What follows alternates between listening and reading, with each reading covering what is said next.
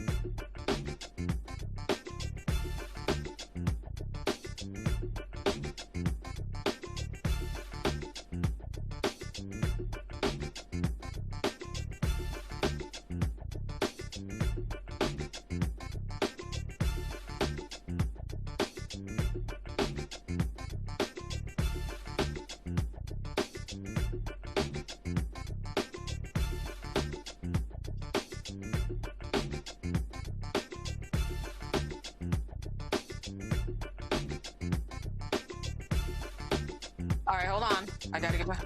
Hold on. All right.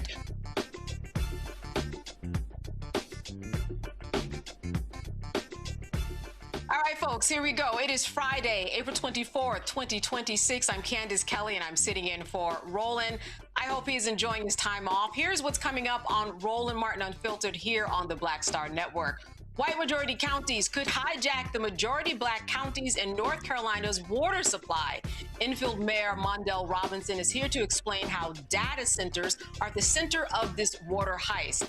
And South Carolina's Gullah Geechee community is demanding the return over 7,000 acres of land that once belonged to their enslaved ancestors.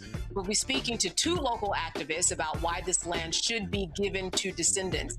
And this week, we continue to address the epidemic of fatal domestic violence by focusing on the underlying issues that lead to these tragedies. Tonight, we are diving into how to prevent intimate partner violence, especially when it comes to young people.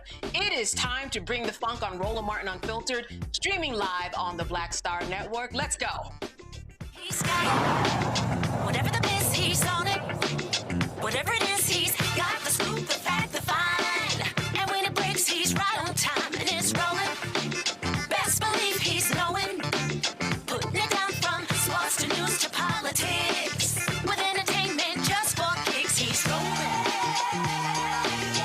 It's on go, roll, y'all. It's Roland Martin, yeah. Rolling with Roland now. He's funky, he's fresh, he's real, the best, you know he's Roland Martin now.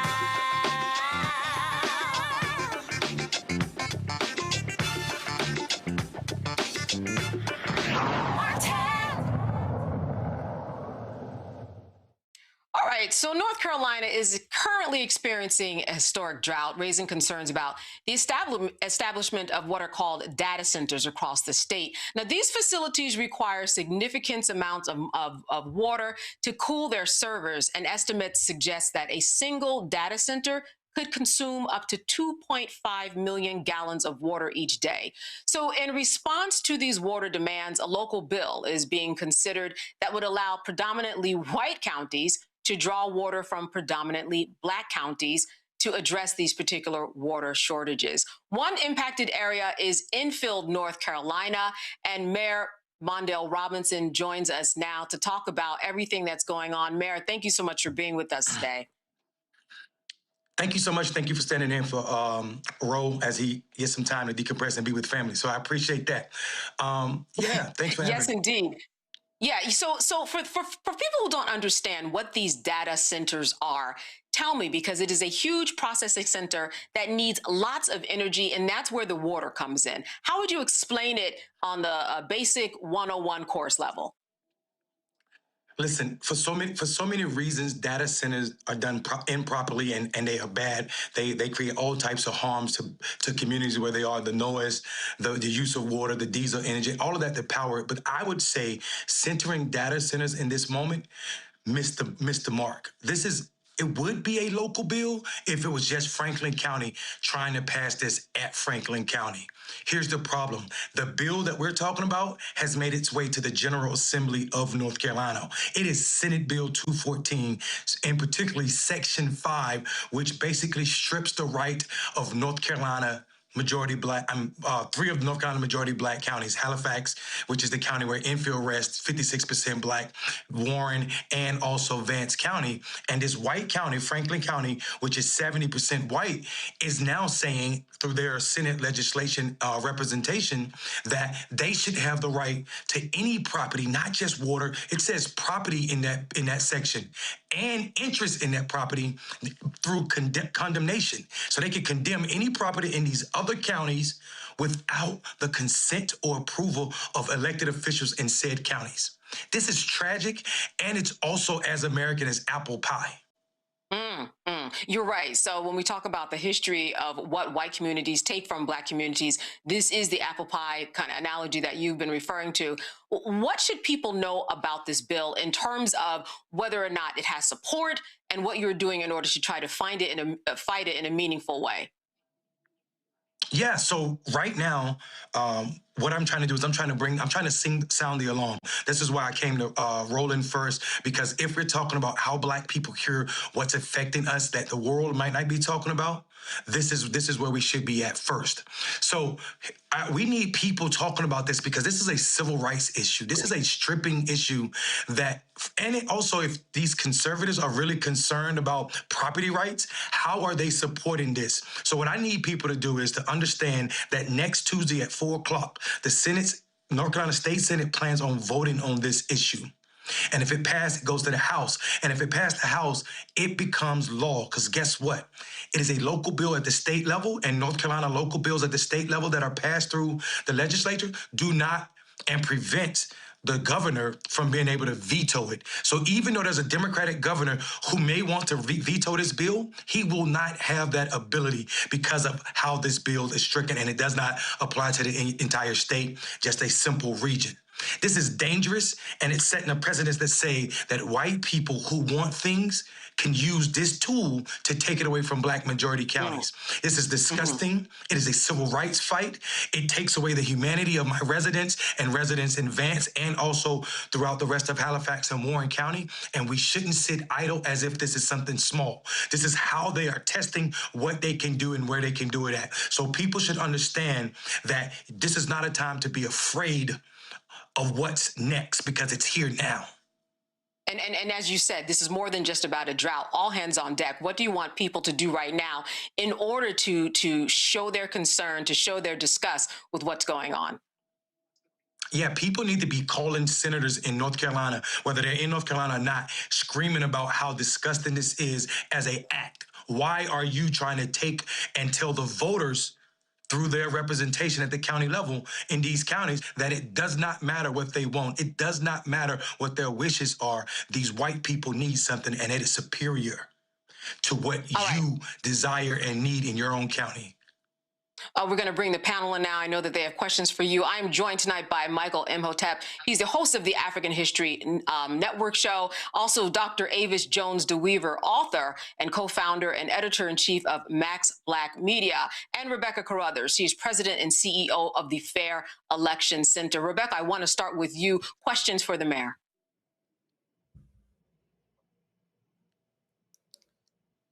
I think you're muted. Good evening, Mayor. What are things that different organizations could do to support you?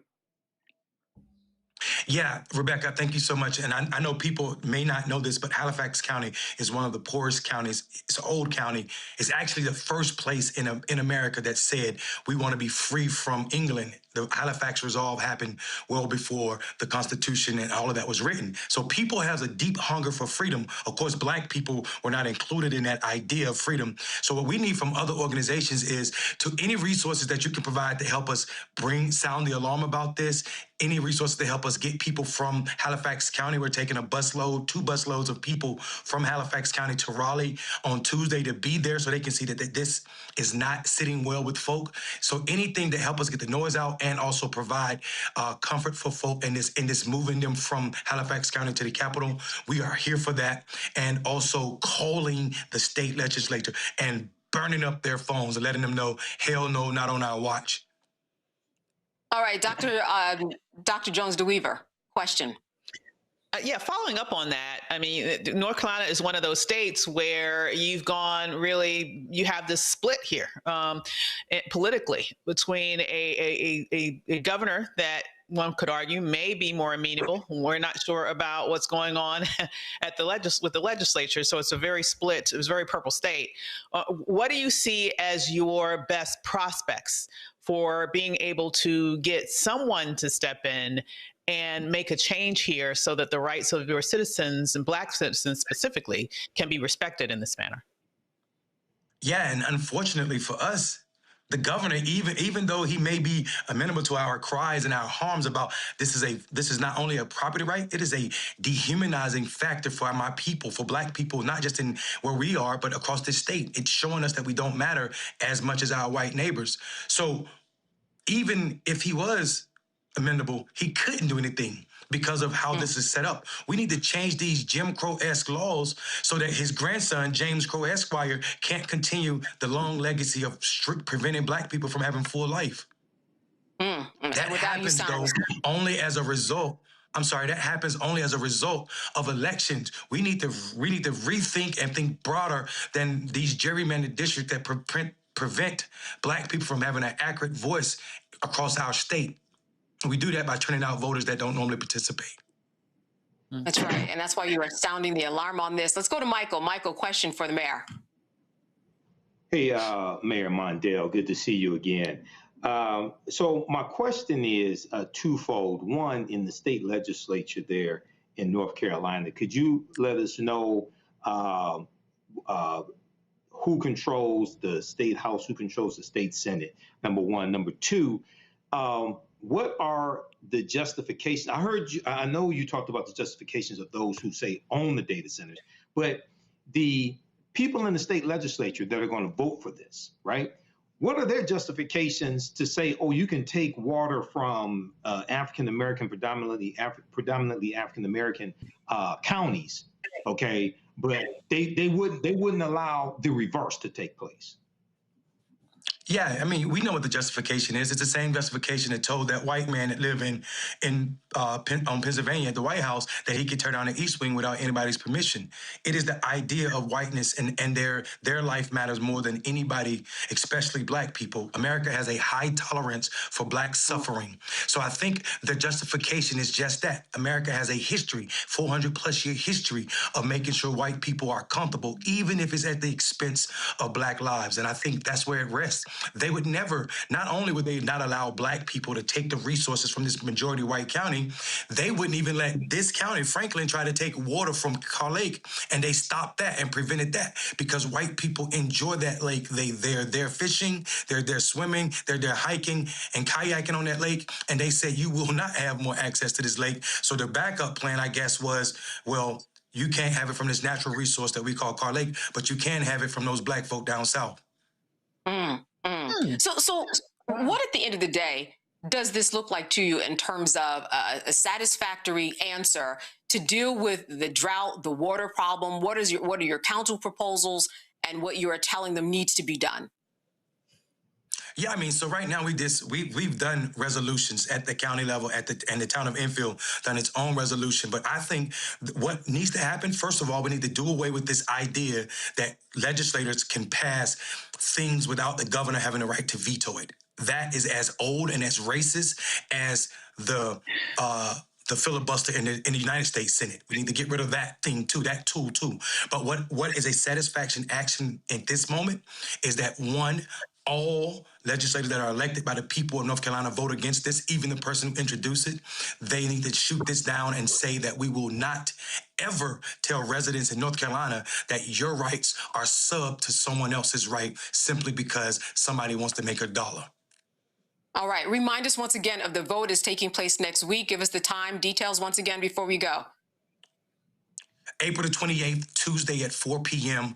at the Raleigh Capitol. It'll take place, and we're trying to pack it out with people from these counties to make sure that they know that it is bad.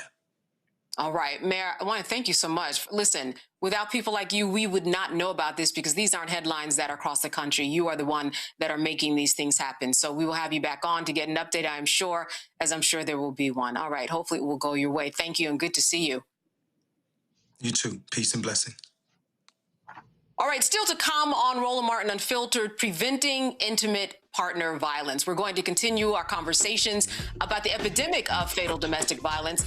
But first, the Republican-led House Judiciary Committee wants to investigate the Southern Poverty Law Center, which was hit recently with an 11-count indictment. That story is next here on Roland Martin Unfiltered, only on the Black Star Network. Stay with us. We'll be right back. With medicine and science under attack, I want to keep you and your family informed and healthy. I'm Dr. Ebony Hilton, and I knew at the age of 8 that I wanted to be a doctor. So I studied hard and became the first African-American female anesthesiologist hired at the Medical University of South Carolina since its opening in 1824. And I always say I was made into a doctor, but I was born to be a mom. And as a new mom, wife, sister, daughter, and friend, I understand how frightening a medical crisis can be. I care for individuals on some of the worst days of their lives, and it's my mission to provide you with a safe space to gain clarity on issues affecting your mind, body, and soul. I recognize that there are health disparities, particularly as it pertains to race, and I want to help bridge the gap between you and your healthcare providers. Join me every Thursday for Second Opinion on the Black Star Network, where each week I'll invite experts from various medical fields to share the latest health news.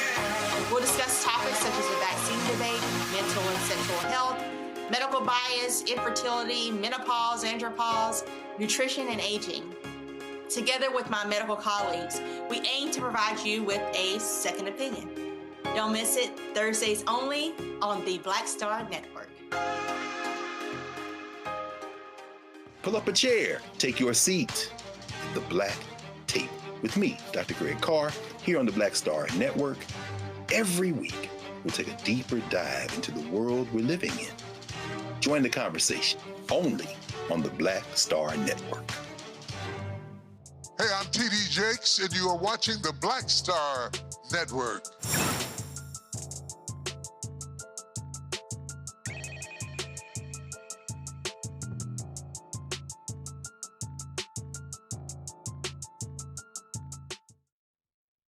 All right, so as we reported to you with breaking news on Tuesday, we told you that the Southern Poverty Law Center was hit with an 11-count indictment by a federal grand jury in Alabama. Now the House Judiciary Committee has sent a letter to SPLC President Brian Fair, letting him know that it's not just the Justice Department looking into this organization. In a letter, the committee chair, Representative Jim Jordan, demanded that the SPLC hand over a trove of documents showcasing where the money went, and perhaps more importantly, any communications with the administration and former President Joe Biden. Now, the SPLC has until April 30th, that's just next week, to turn over this requested documentation. The Department of Justice charged the organization with several counts of wire fraud, false statements to a federally insured bank, and conspiracy to commit money laundering, alleging the group defrauded donors for more than a decade. Listen, Michael, all of this ridiculous, but I want your thoughts about what is going on here and what Jim Jordan is doing. Well, Jim Jordan is doing the bidding of Donald Trump and the white supremacists and the neo-Nazis, the white supremacists and white nationalists that Donald Trump gave a pardon to because they were involved in the January 6th insurrection. The headline from the New Republic says it best. The Justice Department sides with the Ku Klux Klan. That's the name of the article from the New Republic that talks about the charges coming from Trump's Justice Department. So this is now the other thing that's interesting, and you did a great job in breaking this story down. I did watch that segment from a couple of nights ago. The Southern Poverty Law Center had a history of working with the Department of Justice, right? Sure. To provide evidence and things like this against these organizations. Here you have this white nationalist Department of Justice, right? That's trying to attack these groups. And they're not going to stop with the Southern Poverty Law Center. I think they're going to go after the NAACP and other civil rights organizations as well. So this is more nonsense. But keep in mind, this is things that are laid out in Project 2025, attacking organizations like this. Okay, so there's going to be more of this to come, but we're going to have to fight against this. Yeah, and you know what, Dr. Jones-DeWeaver, we talked about this the other evening, and we talked about the fact that this probably is a precedent for more to come. What are your thoughts about this request for this trove of documents? They want it by next week as quickly as possible, all when we know that historically the Department of Justice has worked hand in hand with this particular organization in order to make people safer. Well, let's just remind everyone that the President of the United States is the son of a Klansman. This is fact. His father was arrested at a Klan rally. Okay, so this is who we're talking about. We're also talking about someone whom during his very first term, you had a historic rise in the number of hate groups in this nation. You're also talking about someone who pardoned as part of the January 6 rioters, a huge bulk of whom were Proud Boy members, a known hate group. You know, you can draw the lines together and come to the only logical conclusion, which is this is a Justice Department that is rife with white supremacists and are doing everything that they can to protect white supremacists while at the same time fight those people who fight against white supremacists. This is also the same Justice Department who basically went in there and fired, if you look at the Civil Rights Division specifically, completely gutted the Civil Rights Division and have instructed them to make appeals towards white men to come to them to say that they're the ones that are being discriminated against. This is a bizarro world that we're living in right now in the Department of Justice. Shout out Super Friends, okay? So you understand what I'm talking about here. So what we're seeing right now is just the tail wagging the dog, where we have white supremacists who now have power and are doing everything that they can now to attack all of those who have fought against them for literally decades before.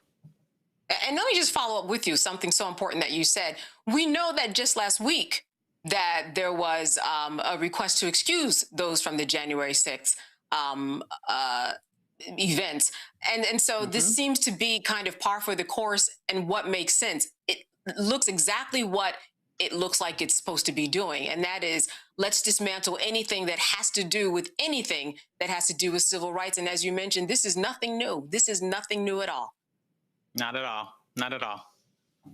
Yeah, let me move on to you, Rebecca. What are your thoughts about just this whole idea that here we are in this situation where you have this civil rights organization that has laid down the law over the decades in order to make so many things happen in terms of the safety of the United States of America. And this indictment in particular talked about something so ridiculous. It's not as if you have somebody that's going to infiltrate a group, your check is not going to come from the Southern Poverty Law Center. You have to create some type of a back end to make sure that their identities are not discovered. That's the whole point of infiltrating a group. None of it makes sense.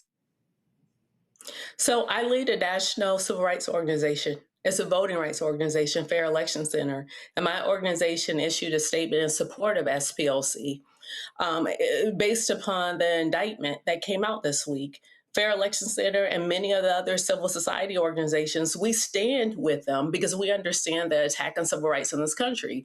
In fact, we actually co-litigate with SPLC on voting rights issues across the South. In fact, on Monday, I'm testifying in front of Congress with SPLC, with LDF, with MALDEF, with AAJC in support of voting rights in this country. And so we have known and we have prepared. We understand what's at stake. We understand how hostile this administration is. And we also understand that sunlight is the best disinfectant. We do know after this administration is over, there's going to have to be a lot of accountability. We're going to have our version of the Nuremberg trials to really unearth all of the anti-civil rights violations that this administration has done and will continue to do unless there's a change.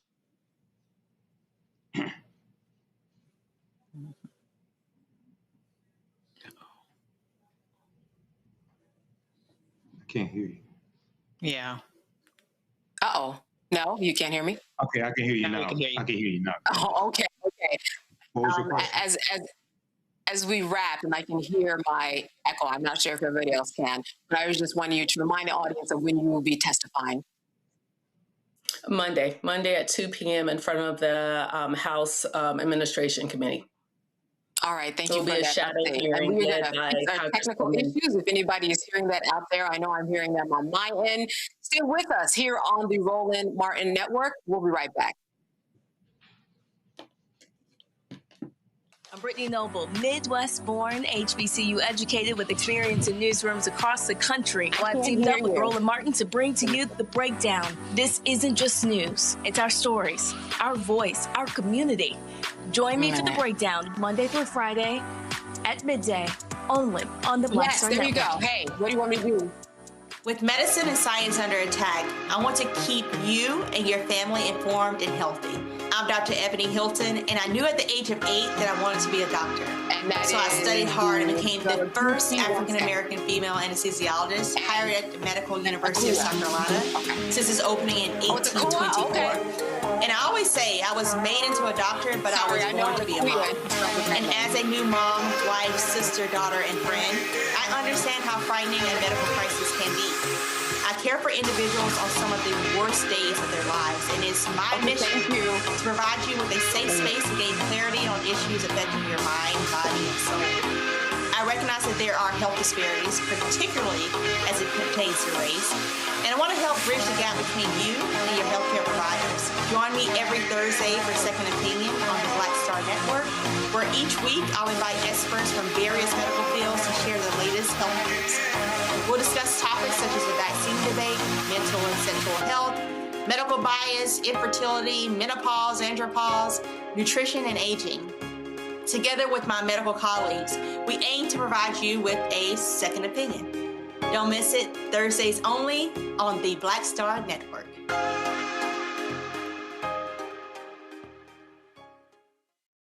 I'm Mark Morial, President and CEO of the National Urban League, and I'm watching the Black Star Network.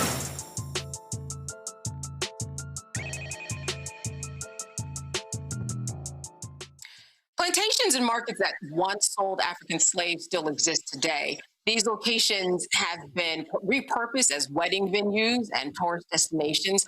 While they offer romanticized views of the South, for the Gullah Geechee people, they serve as a painful reminder of the suffering endured by their ancestors. This community of descendants of slaves are now demanding that over 7,000 acres of plantation land be returned to them. And joining me now are Marcus McDonald of Black Lives Matter, Charleston, and Akua Page, a historian and co-founder of the Charleston Reparations Task Force. Thank you so much for being with us today. Akua, let me start with you. Can you explain to people what is the situation, the backstory that they should know about in terms of how we got to this demand for the 7,000 land acres? Yeah, so it really started once they brought us here. And if we look back at the Special Field Order number 15, which that was really the first form of reparations. Most people know it as 40 acres in a mule, but after slavery, it was land that was given to Black people once that happened. But then less than 6 months later, that process was reversed. So it's not really like we're asking for our reparations. It's really what we're demanding that they just return what was already rightfully ours and what was stolen from us. And that just started when, honestly, like, slavery began. You know, you had people on agriculture plantations, if we technically look at it, and none of our ancestors were compensated for that land. Even if we look back now and look at all these plantations that make so much money off of plantation weddings, off of events, which is really like you're getting married at a crime scene.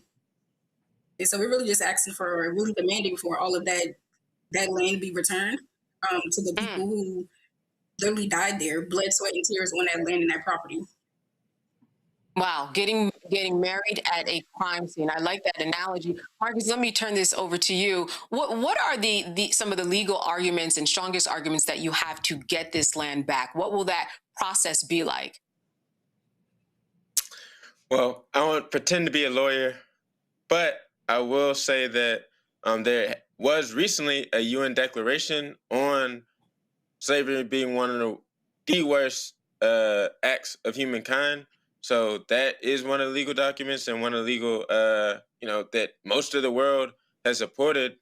And it'll really be up to a lot of the families who descended from the same families that enslaved my descendants and a lot of the descendants of the Gullah Geechee people and the people who live in the city and who live in this county and really who live all over the nation who descend from here.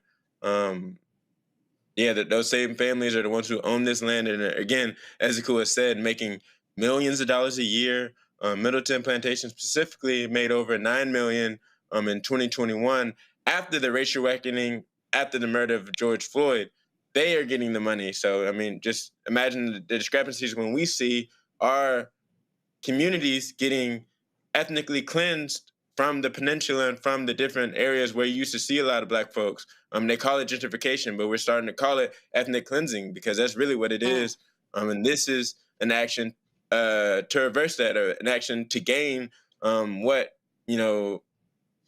from the land that we labored on, and from stolen labor. And not only from slavery, but also Jim Crow, because a lot of our peoples work at the phosphate mines at Middleton Plantation. Some of these plantations still working for these same people under sharecropping. And that's a story a lot of people share, just sharecropping, even into the 1900s. Like, there's people's grandmas who were sharecroppers. So that's even more recent history that they were never paid or compensated and treated fairly. So that's a legal argument that is like, that is like the basis of justice. If you are harmed, that harm should be repaired. So the Gullah Geechee people have been fighting for years for many, many things. Tell me about this particular argument and the 7,000 acres of land, and what are the next steps in order to try to get it back? How are you galvanizing people? What are people saying? If you could take us to where you are. Well, the next steps, honestly, is just to really demand that these plantations, who are still profiting, if you look back, not even they started with profiting from slavery, and now today they're really profiting off of that story of trying to like romanticize what plantations are. So the next step is really to demand that these plantations return over that land or give us compensation for really stuff that's not rightfully theirs. So if you look at the gardens, is what some of these plantations around here they call it. If we look at who cultivated that landscape, if we look at the buildings, you can still see fingerprints on these buildings that were made by people who were enslaved on these plantations. So the next step is really for these plantations to do justice, just like how Marcus said, and he can speak more on that. Like this justice. Yeah. Mm-hmm. Marcus, you wanted to jump in? Go ahead. Specifically, go ahead. Yeah. 100% agree. And specifically on the bricks, there's still architectural remnants. Like, there's reminders of that every day that people see. So the response has been great from a lot of folks from the community locally, but also nationally and internationally.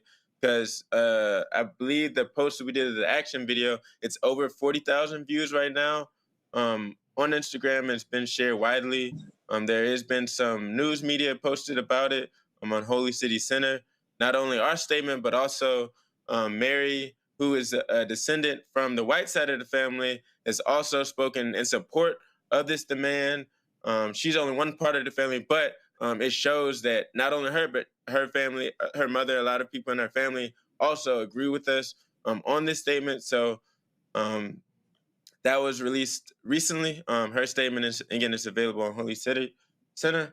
But there's a lot of grassroots support, people reaching out to us who either worked at the plantation before or have done things at the plantation or just have some type of relation of seeing it and wishing something better was done than just what's being done right now, which is white ownership and Black folks getting symbols and different crumbs of just recognition, but not real ownership and not real tangible justice for the harms they'll cause on our ancestors. And even our grandparents who had to go through Jim Crow in Charleston, that was never repaired either.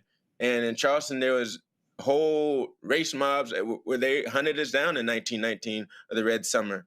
And that's not like my great grandmama was alive, who I met, and I was around when she was alive. And again, that is part of the history, like that repair that has to be a full and holistic repair. And we give them 40 days, so they have a 40-day deadline.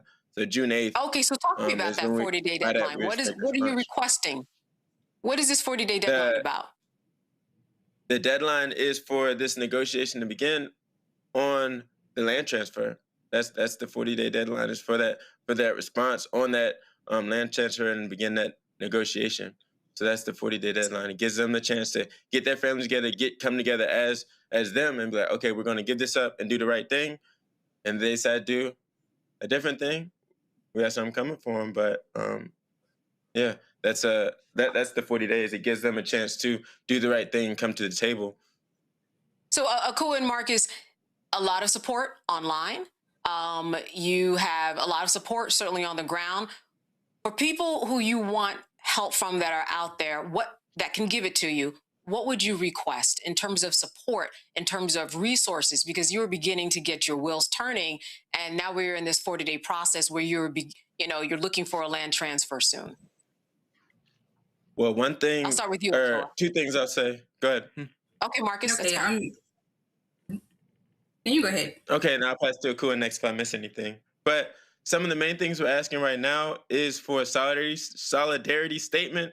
So if you're part of a business, organization, group, or even a family, whether you're a descendant from, what plantation you're from, or just a descendant of enslaved people, you making a solidarity statement, even if it's your mama, auntie, cousin, and a few of y'all to just sign a statement to say that we support and send it to us, that would be it would make a huge difference in showing that there's a lot of grassroots support. We've already had some organizations locally and statewide that have already written their support.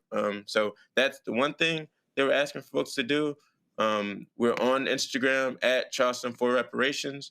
So follow us and make sure you reach out to us. We will need some boots on the ground, volunteers, people to help organize as we begin some of the mass meetings with some of the Gullah Geechee neighborhoods and communities to collectively come together with a plan on how we're stewarding this land. And that work has been done over the last couple of years of us having Low Country Black Action Assemblies. So we'll have another one coming up soon. And one date that we have already lined up is May 15th from 5:35 to 7:35 at the Avery Research Center, which is at 125 Bull Street in Charleston, South Carolina. So if you want to learn more about that, learn more about this plan and how you can get more involved in reparations in general and specifically with this land transfer plan, you're welcome to come out to that. It's open to the people. And more information about that will be shared soon on our socials. Okay, great. May 15th. Akua. Yeah, just to add on what Marcus said, also just making sure that the rest of these plantations ban the process of plantation weddings. Because there's only one plantation, McLeod Plantation, out of all the various plantations we have in Charleston that actually has banned plantation weddings. So to me, that shouldn't take like a bazillion meetings, right? Like it's something simple to outlaw and ban plantation weddings, especially when none of that money and funds are going towards Gullah Geechee people. The other thing is just to make sure that there's proper interpretive signs. There's also an issue in Charleston where you go to visit these plantations, they like to romanticize slavery. Like, oh, look at the gardens, look at the flowers. Like they like to romanticize that as if like people weren't hanging from trees on these properties. All right, I want to go over to my panel. Rebecca, a question for one of our panelists. Sure. Akua, what you just said was really interesting, especially as you made a reference to strange fruit. Have you heard back from wedding planners? If wedding planners are willing to step in and say they refuse to plan weddings on plantations? We have not, and I'm pretty sure they would be pushback because that's how most of them make like a bulk of their money, right? They actually have Instagram pages where if you type in Charleston weddings, 9 out of 10 they're going to be linked to a plantation. So we have not heard back from wedding planners, but would definitely love for them to also sign in solidarity to support and also help push the message of like banning plantation weddings. Because as I just said before, you're getting married at a crime scene. Like regardless of how people try to like reword what it is, a plantation was a crime scene. Dr. Jones-DeWeaver, a question for one of our guests. Sure. I'm just wondering, what is the sort of escalation plan? I hear the call for the turnover, the rightful turnover of this land, but beyond after the meeting that you have. Is there any sort of is there a legal strategy in place? You may have mentioned this, but I didn't quite catch it. Yeah, so it'll really be a public campaign and also a grassroots direct action campaign. There's some things that I'd rather not speak on live television or whatever platform this is, but not whatever platform, but some things we organize in person. But yeah, there will be some direct escalation, whether it be direct action like we've done before, showing up to this plantation and disrupting regular programming, because that's really what they care about at the end of the day. Is the money, even though they say they care about history and all this stuff. It's really that bottom line. So once we start disrupting that and really bring to the table on that end, it'll make it unprofitable for them to exist. So once they get to that point, they'll have to cede it over. So that's hopefully they'll come to the negotiation table before that. But yeah, that is part of the plan, and we do have a lot of experience with that. So we're ready to take it there if need be, for sure. All right, Marcus and Nicole, I have so many questions about this, but I'm just going to try to keep this brief. Because as a historian, you know, I have so many questions. I'm going to just try to keep this brief, okay? So I read your press release, and you talk about the 7,000 acres of land that are owned by the 3 former slave plantations. Now, I know Sister Kua mentioned Special Field Order number 15 from 1865, and it was 400,000 acres of coastal land in South Carolina, Florida, and Georgia that were allocated to African American former slaves. Was these 7,000 acres of land, I'm just curious, were these part of that was actually allocated, formerly owned by Black people? I missed it if you said that previously. Forgive me for that.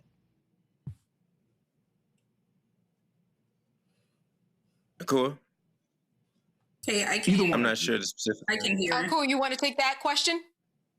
Can you repeat the question, please? I couldn't hear it. It kind of Yes, sister. So I read your press release that came out April 22nd. Yeah, I had trouble hearing you know, it talks Michael. about the 7,000. I can hear everybody else besides Michael. I'm not sure what happened just now. Oh, okay. Okay, can you hear me? Well, can you hear me? Because I can repeat it. Yeah, I can hear you. Yeah, so pretty much what he was saying was that the special order that you mentioned, where there was coastal land, they're supposed to be given to Gullah Geechee and Black folks. What was that? Do you know if Middleton and those plantations were part of that coastal land or no? Oh, that's a great question. I'm not sure. I just know it started with Charleston, South Carolina, and it went all the way down to Jacksonville, Florida. But it also included any rice plantations in between. So I'm pretty sure like most of the plantations that's on the coast would have been included in that. Mm-hmm. Okay. Michael, I know you have a follow-up question, and I'm gonna give you the time. I got a bunch of questions. I've covered stories like this on the African History Network show. Okay, so a lot of white people are fascinated with the movie Gone with the Wind from 1939, and the movie Gone with the Wind has done a disservice when it comes to really understanding the history of slavery in this country. It's really worked to really desensitize people or try to. It makes it into some type of fantasy for white people, right? So. I'm just curious, have you had conversations with some of these people, some of these white people on these plantations that profit from this, to ask them, you know, do you really understand what took place here? Do you understand that you were making millions of dollars off of the dehumanization and enslavement of African people? Because one of the things they'll say is, oh, this is the quarters where the workers live. No, that's where the slaves live. Marcus, I'll throw that to you. I don't know if Akua heard it, but I can also translate for her. But I'll start with you, Marcus. Yeah. So I'll take us back to a conversation that, the first time me and Akua went to Middleton Plantation together, we did speak to one of the tour guides. And I remember we'd already had the plan to start the Charleston Reparations Task Force. And we asked them, you know, about this, you know, the amount of land they had and the amount of money that they made, they being like the original plantation owners. And he was like, the plantation owners at the time, the only comparable like people of money you could compare it to of today would be like the Prince Saudis and the oil barons of today. And we're like, oh wow, that's wild. You would say that. And then the next thing we asked him, next sentence, he was like, so how do you feel about reparations? And if I'm lying, I'm flying. I swore to you, he said this to both of us. He was like, well, can't just give people money. And I think in my memory, I blacked out because I don't even know what I said. But I was like, oh, okay. And then again, that was like 2 years later. So I think maybe that would confirm in my head, oh, we got to plan something soon. But yeah, now he said that verbatim to our face. When we went to that Middleton, specifically plantation, and went on that tour guide. So yes, they're still on that, you know, type of timing, teaching that type of history. Like, yeah, they got all this money, but as far as the current day, there's not that connection. to what need to happen on the current day. So some of it, it So is don't going to be remember a the struggle. hundreds of years. Cool. Let So me did you just follow pass. with the? So brother, brother Marcus, so did you follow up with the five forms of? Did you follow up with the 5 forms of reparations from the United Nations International Human Rights? Did you break down the 5 forms of reparations still? Because it just boggles the mind how people get caught up in the opulence and they get caught up in Big Daddy on the plantation and the mistress slept here and all types of things like this. It's like they're totally disconnected from what was actually taking place on the plantation. Let me bring Akua here because she doesn't hear your question. I'm sorry. Akua, what are your thoughts about people who you have spoken to and how they feel about these ideals about Gone with the Wind, for example, our panelist was saying, and how they're really misconstrue and understand history. When you speak to them up close and personal, what is it that they're saying about how they feel about this history and reparations and why it's so glorified and not the bloodbath that it was? Right. Well, when I encounter certain people, I always use it as a teachable moment. But for most of them, I think there's like I know it's like a disconnect. And I guess that can be their way of not feeling like we deserve reparations or to separate themselves, because technically that is their ancestors who like enslaved my ancestors. So that's why it's easy to like glorify. Because I've even had a person tell me, well, a plantation was just a farm. And I had to break it down to her, well, what was happening on that farm? You know, they were growing food. Who's growing the food? And were those people compensated for growing that food? No. They were actually not compensated. They were tortured, abused, unalive.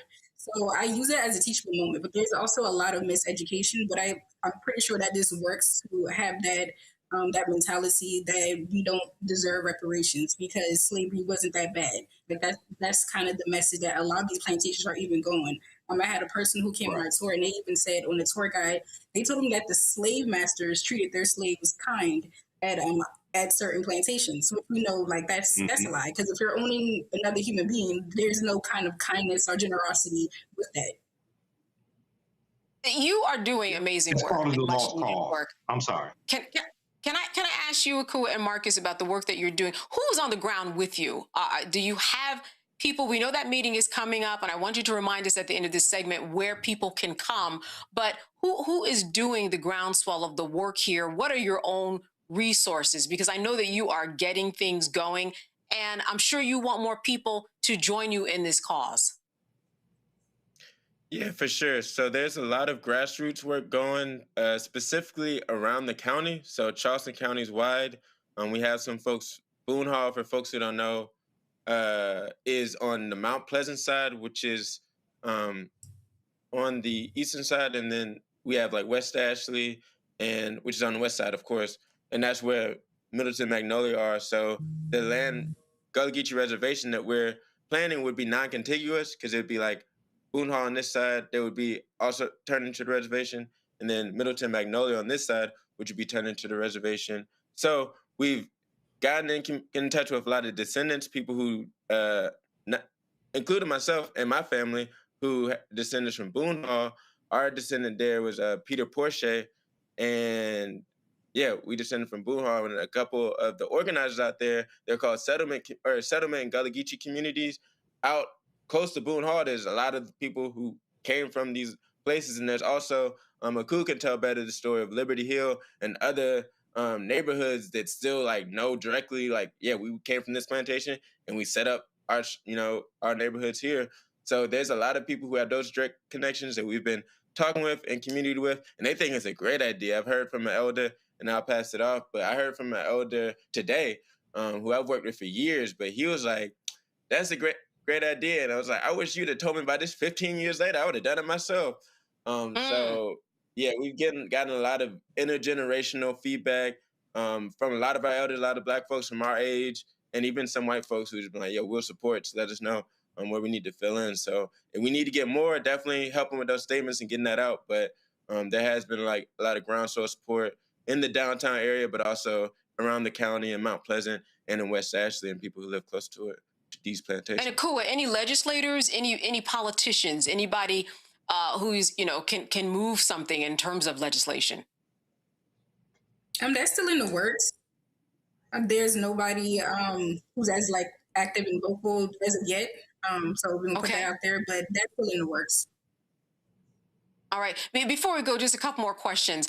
Take us down to the Gullah Geechee community and let people know why it is so important. Obviously, this is land that was taken. This was land that belongs to us. But in terms of the preservation of the community and making sure that we get what is ours, Akua, how would you describe why this is so important at the end of the day for generations to come to have all of this and preserve the culture that we have brought here? I believe it's so important, especially for Charleston to really be pushed out there and to lead that charge with reparations, because Charleston was the capital of the slave trade. Like when people look up slavery, research slavery, it points back to Charleston. It was the capital. And so in order to really heal from all that has happened, you have to start the repair process. And that starts with reparations. That starts with transfer of land, giving back to the people. Because essentially you cannot have Gullah Geechee people without land. We're people of land, water. That's how we was able to give birth to a whole new culture when we were brought over here, which Gullah Geechee people were really just a mixture of different West and Central Africans that were forced to come together, and they had to give birth to a whole new culture. And a lot of that culture wouldn't be possible especially American culture, if it was not for Gullah Geechee people. And when people look at rice in America, that would not be possible if it wasn't for Gullah Geechee people. But now you go all over the United States, some cultures are always eating rice. But we were the ones who brought that over here. And so it's so important that we preserve this history and preserve this culture, because we are really one of the backbones of America. Yeah, folks, Google rice in South Carolina. You're going to be going on a deep dive for a few hours there just to understand the connections. Marcus, I am going to give you the last word. Remind everybody of that meeting, the time, I believe it was May 15th, and where they should go. Yeah, so it'll be May 15th. And beautiful words again, cool. I ain't gonna say nothing much more than where to go. But we're having a reparations conversation, Charleston Reparations Task Force. You can find us on Instagram at Charleston for Reparations. The conversation will be May 15th, 5:30 to 7:30 at the Avery Research Center, which is at 125 Bull Street. It's a historical Black archive, so make sure you pull up, even if you can't make it for that conversation. Again, it's Avery Research Center, and we'll be talking about this land transfer plan and reparations in Charleston. So make sure you pull up. Yeah. All right. Marcus McDonald and Akua Page, thank you so much for being with us, giving us an update. It is just the beginning. I know there is more to come. We'll be thinking about you, and make sure you keep us informed about all your steps along the way, okay? Thank you. All right. You're welcome. All right, you are watching the Roland Martin Unfiltered Network. We are going to be right back here on the Black Star Network, so stay with us. On a Balanced Life with me, Dr. Jackie, a relationship that we have to have. We're often afraid of it and don't like to talk about it. That's right, we're talking about our relationship with money. And here's the thing, our relationship with money oftentimes determines whether we have it or not. Balancing your relationship with your pocketbook. That's next on A Balanced Life with me, Dr. Jackie, here at Black Star Network. With medicine and science under attack, I want to keep you and your family informed and healthy. I'm Dr. Ebony Hilton, and I knew at the age of 8 that I wanted to be a doctor. So I studied hard and became the first African-American female anesthesiologist hired at the Medical University of South Carolina since its opening in 1824. And I always say I was made into a doctor, but I was born to be a mom. And as a new mom, wife, sister, daughter, and friend, I understand how frightening a medical crisis can be. I care for individuals on some of the worst days of their lives, and it's my mission to provide you with a safe space to gain clarity on issues affecting your mind, body, and soul.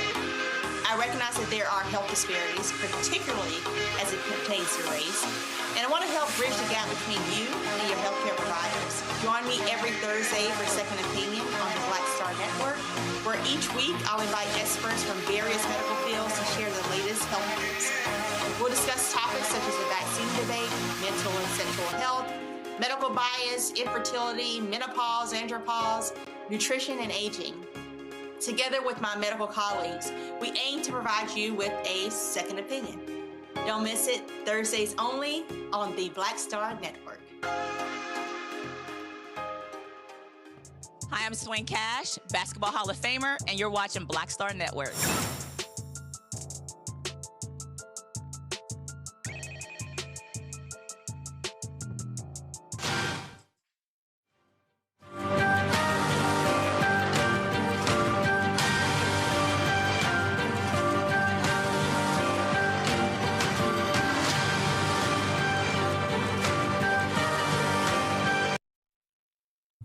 All right, throughout this week, we have dedicated time addressing the epidemic of fatal domestic violence by focusing on the underlying issues that can lead to these tragedies. We've discussed how to identify if you are in an abusive relationship, the steps needed to leave one, the healing, and then the process of survivors of domestic, the process for survivors of domestic abuse.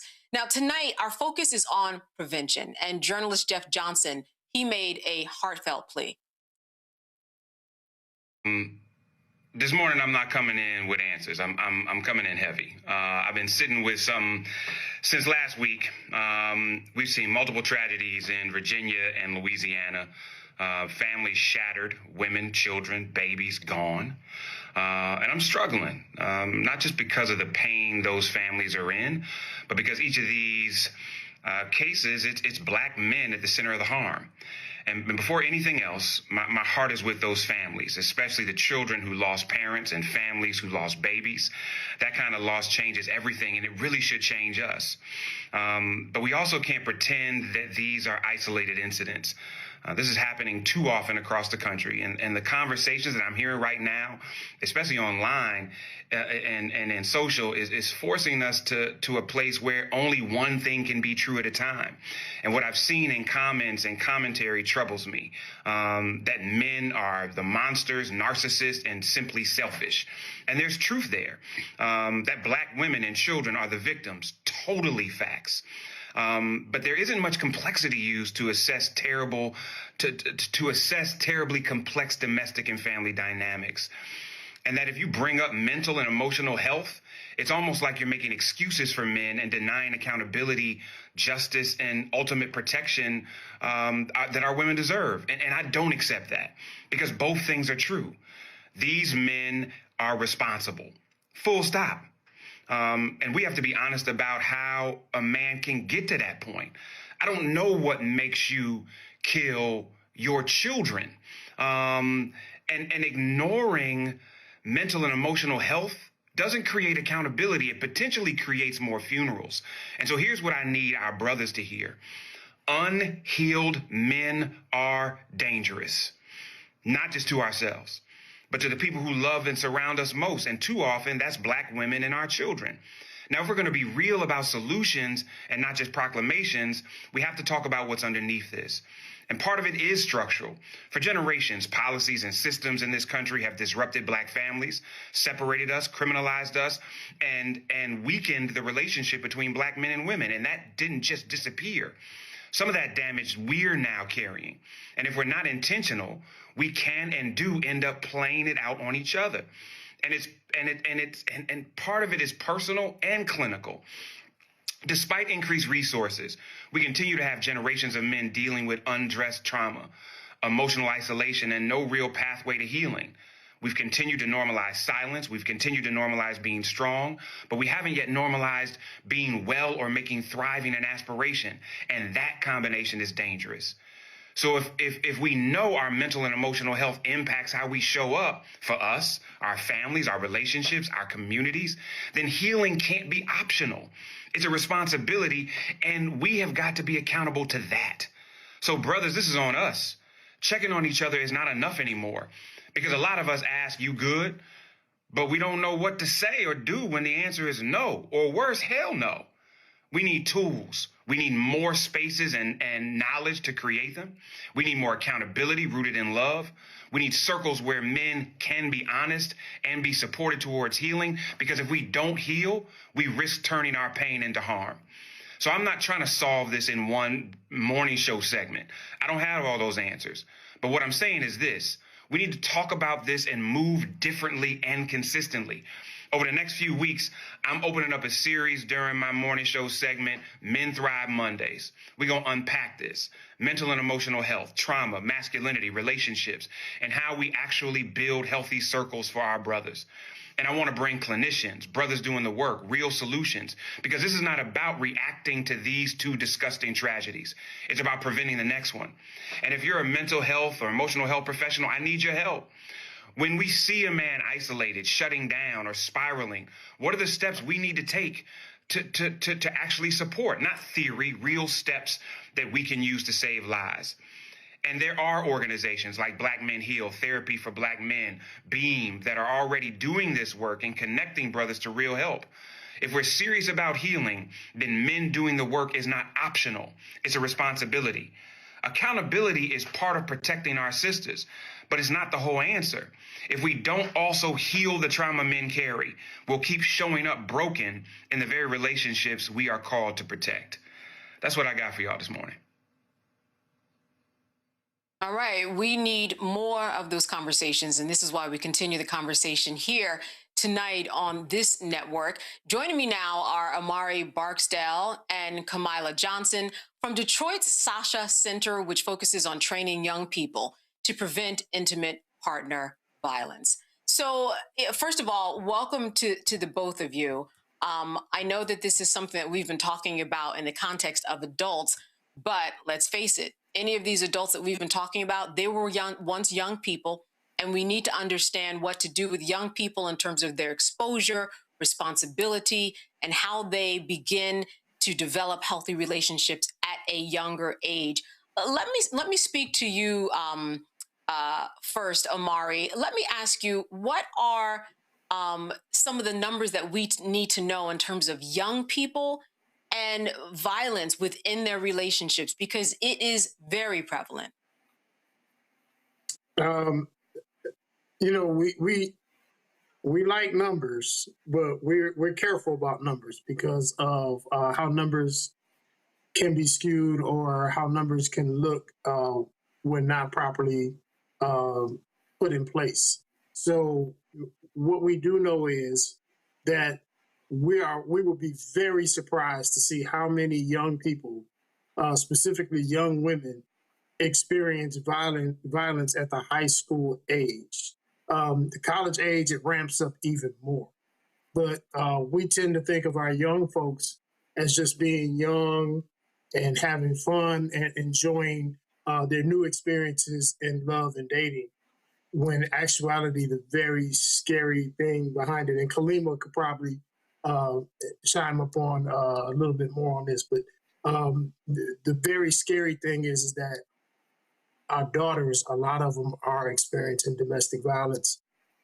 Intimate partner violence, dating violence, we like to call it for that age, in the hallways of their schools, out on dates, in the car, walking home from school together.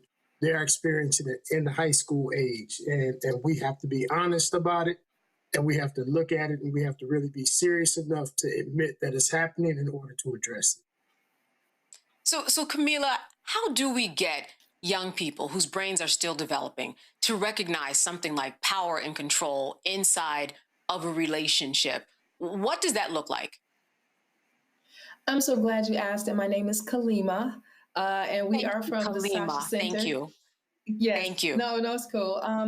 And we at the Sasha Center here in Detroit believe that engaging young people requires an opportunity for us to meet them exactly where they are, and creating spaces where they can literally have these conversations. And at the Sasha Center, we partner with organizations that specialize in working with the youth, like 1124, which is an organization here that works with people between the ages of 16 and 25 years of age.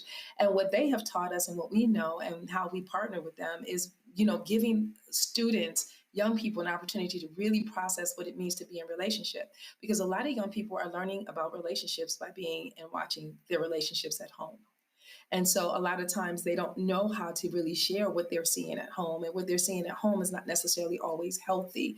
But in dating relationships, the young people that are with us and with our groups, they're talking about who pays for dates, believe it or not. They're being influenced by social media and watching and paying attention to how they think gender roles are supposed to be set up. But I really want to be clear, and I want to back this up a little bit and talk about our culture, talk about Black, talk about how we show up to understanding our relationships. And there are some really key critical things in prevention that we have really not unpacked as a people.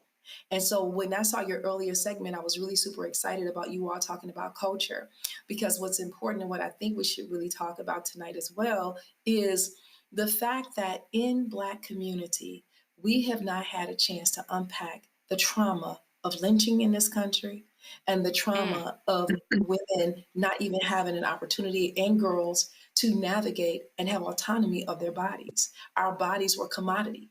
If they had access to us, we had to have babies for them, and that's how they made money. Bottom line. And until we give an opportunity for Black men particularly to talk about their distrust of any kind of relationship dynamic or issue, and that is directly tied to lynching, we're going to miss the point. And I really think it's extremely important that we spend time not just with the youth, but with teachers, with administrators, with our families, our friends, about dismantling patriarchy and dismantling misogyny in this community, in our community, no one else's. Because what tends to happen in relationships and relationship dynamics and safety, when we talk about these issues, is that if you ask a young person, or if you ask a complete adult person, what do they think about how relationships are supposed to go? And what do they think about gender roles? And what do they think about manhood? And how do we dismantle the way in which young boys are raised? Like little boys, I'll be in a room with youth and I'll say, okay, let's pretend that we're at a hospital and you see a room full of babies that were just born. How do you know which one is a boy and which one is a girl? And they know immediately. Whether we've taught them or not, whether they've learned it from watching TV, television, music, radio, whatever, they say, well, we know that pink is for girls and we know blue is for boys. I'm like, what about if you're going on a date? When you're sitting there and it's time to order food, what are the girls eating? They said salad. And what are the boys eating? Steak. And then we'll say, okay, so what kind of toys are y'all playing with? You already know the answer. Dolls for girls, trucks for boys. And if you move outside of that socialized expectation and construct, then that's when problems arise in our relationships. Who takes out the garbage? Who pumps the gas? Who pays the bills? All of that needs to be unpacked in our community to prevent down the line what we're seeing and experiencing, which is an overwhelming amount of Black women dying at the hands of their partners, because we're not unpacking that stuff early enough. And then you got a little boy in the classroom, he'll pull the girl's hair and the teacher will say, oh, that's just because he likes you. That's problematic. You said we need to stop that. We need to undo it. You said it. You said it. Kalima, and this cannot help the phone and what we're doing on social media, what we are seeing in terms of relationships, what we're seeing, our access to the way, whether it's sexual images that was so easily attained, and the way that mostly women are being trafficked and destroyed and don't have autonomy over their body. There has to be something that parents and educators have to do in order to manage, as you said, this toxic masculinity, the patriarchy, and the way that Black women are on the lowest part of the totem pole. I want to kick this over to Omari because we don't use the term toxic masculinity, and there's a reason why. Omari. Yeah, we tend to lean more in the direction of focusing on building and modeling healthy masculinity. When we use the word toxic, a lot of brothers get turned off by that terminology, which is unfortunate because, the term toxic masculinity doesn't mean that masculinity is toxic. It means that there are some practices and some forms of masculinity that are very unhealthy and disruptive and downright dangerous in some cases. However, we tend to focus more on modeling healthy masculinity and behavior because we like to be solution oriented. So in being solution oriented, instead of talking about and putting down the brothers that are dealing with some things, some issues, some societal training. We focus more on giving them things that they can use as tools, information they can use to help evolve their mindset or adjust their mindset as it pertains to women and girls and other men and boys. Because let's be real, if we are talking about how patriarchy works, the violence that is produced by patriarchy, it actually impacts everyone. That's why we see violence on the street between men and boys. That's why we see violence that is against women and girls. So we want to focus more on modeling that behavior because, as Kalima said, we have a lot of history to get through. We have a lot of history to sift through, to unpack, to heal from. And, you know, as long as we have a history of white women claiming that we whistled at them or raped them and destroying our Black business districts or lynching our Black man for something that most likely didn't happen, we carry that from generation to generation. And my teachings in the 80s growing up, in the 70s and the 80s growing up, was how to not get lynched. And I lived in Detroit in a neighborhood, it was all Black, you know, but it was how to not get lynched, how to not, you know, commit some of these so-called social things that Black folks aren't supposed to do to get the attention of the police or get the attention of the system to put us in position as Black men to be attacked, assaulted, killed, or imprisoned. So we always carry that. That's why when a Black man is driving down the street and he sees red, white, and blue lights in his rearview mirror, there's a paralysis that takes place. And whether that's real or not, whether that traffic stop is going to wind up being deadly or dangerous to him or not, what we do know is there's too much of a history there.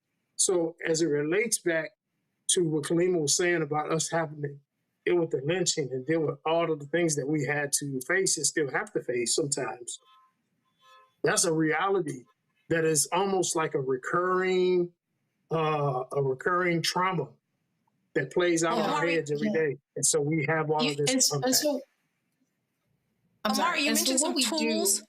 Yes, go ahead.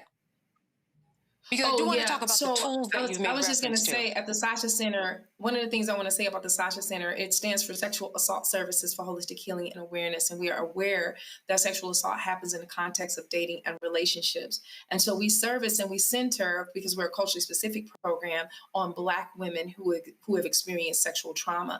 And one of the things that we do, and one of the things that we are very proud of doing, is that we have consistently for the last 16 years engaged Black men on talking about intimate partner violence, sexual assault, domestic violence, and gender-based violence.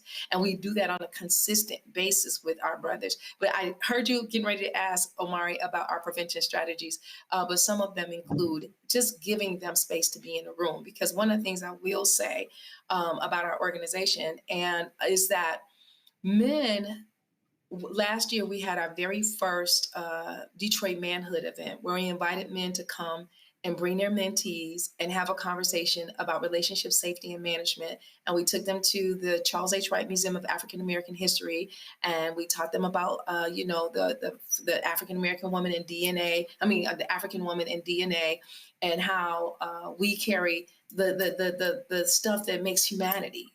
Black women do, and so how can you not protect and want to aspire and provide or whatever the things and have good relationships and safety with Black women, because we actually hold the DNA of humanity.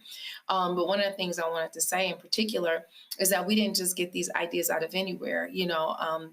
Myself and a few of our other participants and facilitators that work with us at the Sasha Center are also lead consultants on relationship safety and management for the National Basketball Association. We've been doing that for 16 years, working with professional male athletes, making sure that they transition into, participate, and get out the game whole with their family dynamics, relationships, and romantic partners, healthy and happy. And so I'll kick you back over to Omari, but I just definitely want to make sure that when people see this, they know exactly who we are and where we're coming from. So, absolutely. Yeah. I want to know. Yes, go ahead, Amari. I was just going to say that in our prevention work, Kalima mentioned some of the programs. But I think it's important to note that a lot of Black men, probably most Black men, feel like they don't really have a space where they can go to be vulnerable, to talk about things that really impact them on a daily basis in the society, especially Black men. So in our spaces, we create those conversations for Black men to have in a room with just Black men, where we can really kind of be honest and not worry about being performative in a room full of men who are all experiencing the same thing. For some cases, this is the first time a man has cried in front of other men without it being a funeral involved. In some cases, it's the first time a man can talk about, interpersonal relationship issues with men without feeling like they have to protect the words they choose in that process. So we really want to focus in on prevention as something that where men can really come together, have these conversations, be open, be honest, and get it out their system, because a lot of us, that's just what we are missing. So, I teach, and I've been in a classroom on several occasions where I've gotten a note from a female student who will say, I'm not in class today because my boyfriend said he was going to come do X, Y, Z to me, and then I have to cancel class. I'm wondering, where do educators fall in all of this, especially if you're dealing with someone who might be 14, 15 years old? What's incumbent upon them these days when they see that there is a relationship that looks like it is abusive? I'll start with you, Kalima. Thank you for asking that. That's a great question. One of the things that I think educators and folks who are in school systems can start paying attention to is the dynamics that happen between teenagers. And when they say what they say, believe them. Don't make assumptions that it's just fun and games or it's just a cute little relationship. There are power and control dynamics that are happening. Now, if a student calls and says she can't come in because she's afraid, that has to be addressed. That has to be addressed, not with them both in the room at the same time.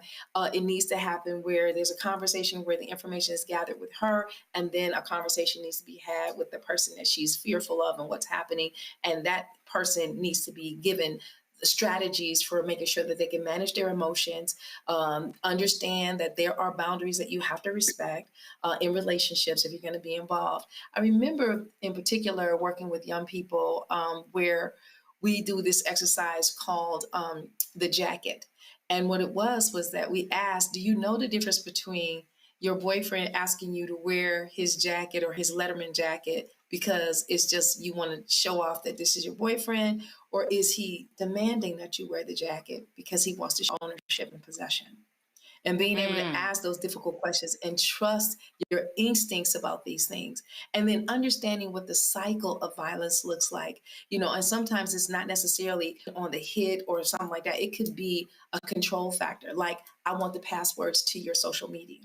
Or I saw that you were on social media liking somebody's page. What is that about? Or trying to control who and what who they hang out with, or what they do on a regular basis, or who they're spending most of their time with. If there's somebody involved and they're involved with each other, and there is this intentional, deliberate acts of control and acts of trying to isolate this person, then it's probably just not healthy. And so just being able to look at what healthy dynamics look like, what red flags might look like, what green flags might look like in a healthy relationship, those are the kind of things we need to unpack with young people. And in prevention, and what's really interesting to me is the young folks learn this stuff from us. And I'm always asking, what are we doing? How are we reinforcing these negative ways of people showing up in relationship? Are you saying, oh, girl, that's cute if he likes you that way? Or really the big one is about consent too, because a lot of times boys are raised to be competitive. Boys are raised to be aggressive. Boys are expected to win. And all of these things. And so if a girl says no, to them, they don't hear no, they hear maybe, or I should keep asking. And they're not being taught that you need to be one and done. If the person says no, then stop. Not keep going until you achieve and conquer. And we haven't even processed that yet with young people.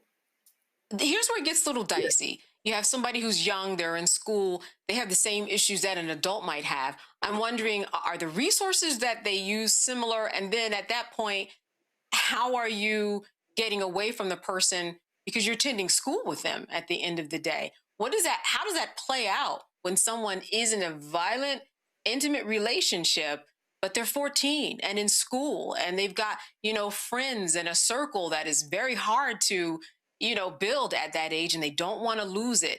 How does that play out? Yeah, I don't work in school systems. I don't want to pretend that I can answer that question. I don't have an answer in terms of how does that play out in terms of what administrations and teachers are supposed to do. However, I did serve on this panel where we were talking about ways of teaching school administrators what to look for when grooming is happening. But sometimes those grooming situations are happening between teachers and students. It's not, or between those who are in power and students. But I will say, and I'll let Omari answer because I know he was about to start talking. The idea is that we have to change the culture in all of the school settings, in all of the systems. And we haven't been able to change the culture and how we treat one another in terms of talking about respect and honoring people's autonomy and accepting people as they are. We haven't, until we do that, the notion is, or the assumption that we make is that schools are not safe until they unpack those things. Omari. Yeah, and I think we have to learn how to be in community better. When I look at the school systems, and I do travel around, and I see various school systems around the country with some of the other work I do with the Black History 101 Mobile Museum. And what I do notice is that a lot of schools, they don't really have anything set up for this. As I talk to professionals at these schools, they don't plan for these scenarios like you just described in advance. It's usually a very reactionary piece that when it comes to being involved. We need parents and school boards to say in the summer, let's put our heads together and create plans for how to address these scenarios, how to notice them. As Kalima said, notice the red flags, notice the body language, notice all of these various different things that can allow us to see something that could take place. But also, if something does take place, how to address it in a manner that is already prescribed for us to deal with the situation instead of trying to deal with it on the fly, because dealing with it on the fly is where we make a lot of mistakes. As Kalima said, we're not school professionals, but what I do know is that we also have to have family, especially our men, have to start having some really serious conversations with the boys, because we talk about the girls and how the girls should respond, and that has to be taken care of as well. But what we really need to do is start teaching our boys to not be that person that needs to be a woman or a girl needs to be protected from. So let's start building our boys into men by having these conversations and putting our boys in certain types of trainings and discussions with men who are professionals in our areas that deal with unpacking these patriarchal effects that start at a young age and we carry forth into an older age. So we have to be in community a lot better than we are. All right, I want to go to my panel. I want to start with you. I want to start with you, Rebecca. Do you have a question for one of our panelists that has to do with young people and intimate relationships and violence?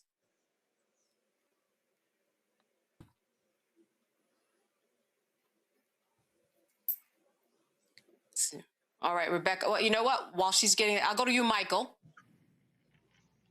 All right, my Detroit Facebook friends, how y'all doing? Amari and Kalima. This is Michael. We're gonna be on Facebook, all right, brother.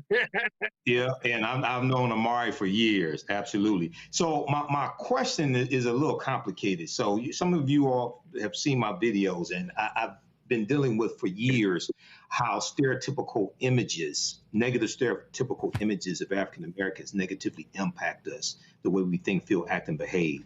And you mentioned, Kalima, us living in a white male patriarchal society.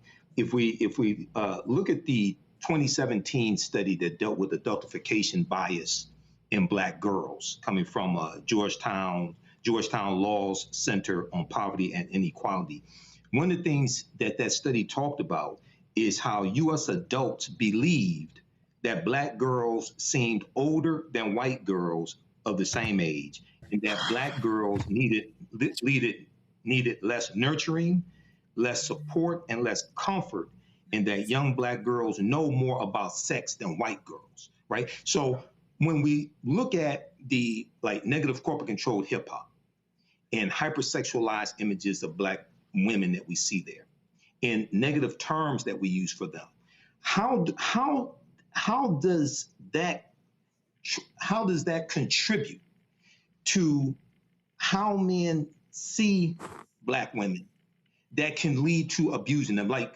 calling the B words and H words, things like this, dehumanizing pejorative terms that oftentimes in media, in music, we're taught to mislabel black women with? How does that contribute to this intimate partner violence, and what can we do to fight against this? I am so glad you brought up the study from Georgetown University. It is one of our staples in terms of the research that we look at about these things. And one of the things, and I'm glad you talked about stereotypes, because one of the first things I was going to say is that to dismantle this thing within systems, we have to first believe black women and girls. When they tell you that they are challenged, when they tell you that they're in a relationship that doesn't work, or when they tell you that they are afraid, you have to believe them.